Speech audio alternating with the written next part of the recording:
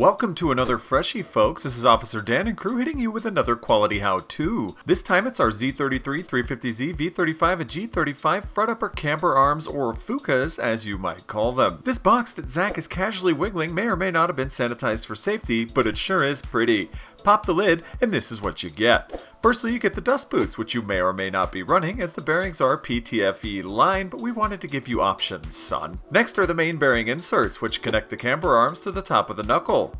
And finally, the part you've all been waiting for, the camber arm itself. These flying V formation arms are fitted with common-sized bearings for ease of replacement, as most of our other arms are as well. Plus, we've added the feature of being able to adjust the front camber whilst on the car. Bonus. You'll also have caster adjustment via the stackable shims we offer as well. Double bonus. We've designed these to be as strong as possible while allowing the most clearance to the chassis. It also comes with this handy-dandy cheat sheet to show how things fit together, and also includes the ever-important torque speckage, so educate yourself, foo. Moving right along to the install section of this here vid, head to the upper nuck and remove the split pin. Then loosen and remove the nut that attaches the OEM camber arm to the nuck. Pop that off and head inwards, young man, and loosen the two bolts on either side of the coilover. Get both of those out of the car, which depending on what spring you have may or may not be a challenge. Get that crappy boomerang out of your life forever and sell it for scrap. Now, let's talk adjustment. We recommend winding these units out to the max safe adjustment and then winding back into where you need them. This will make sure you have a safe thread overlap. We will be measuring from the start of where the locking nut tightens to the body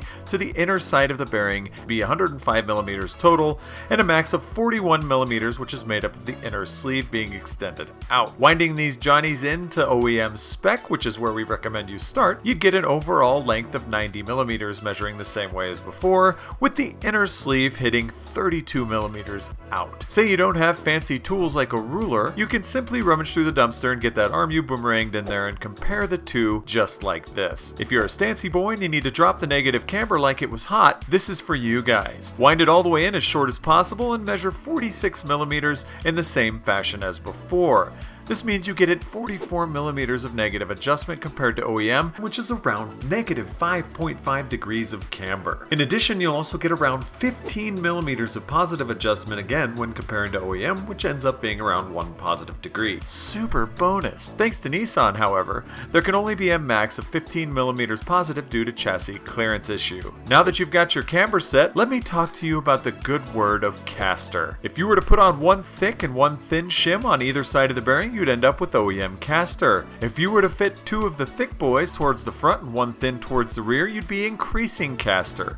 Do you want to decrease caster? Remove that and put the two thick boys in the rear with the gear and the skinny boy up front. Figure out what you need setup wise and make sure all of the rest match. In our case, this is mostly stock, so we're keeping the OEM caster setting as shown. Now, all that's left is to toss the arm in, get each bolt into its respective hole, then torque both to the specs shown here on this very screen. Head over to the outer arm and install the main bearing insert into the camber arm, then plop it down onto the nuck. Now we've already put a heaping spoonful of Loctite on this little guy, and we highly recommend you do the same. Thread that top bolt down, then install the bottom washer and nut, then secure the top bolt, zap the bottom nut down, then torque that bottom nut down to the specs shown here.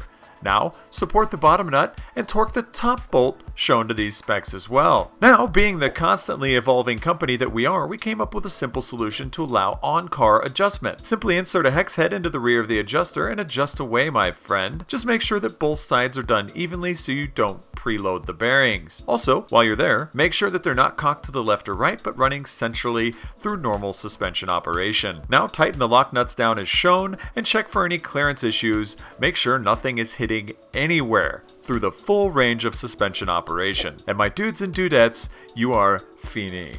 Enjoy, will ya?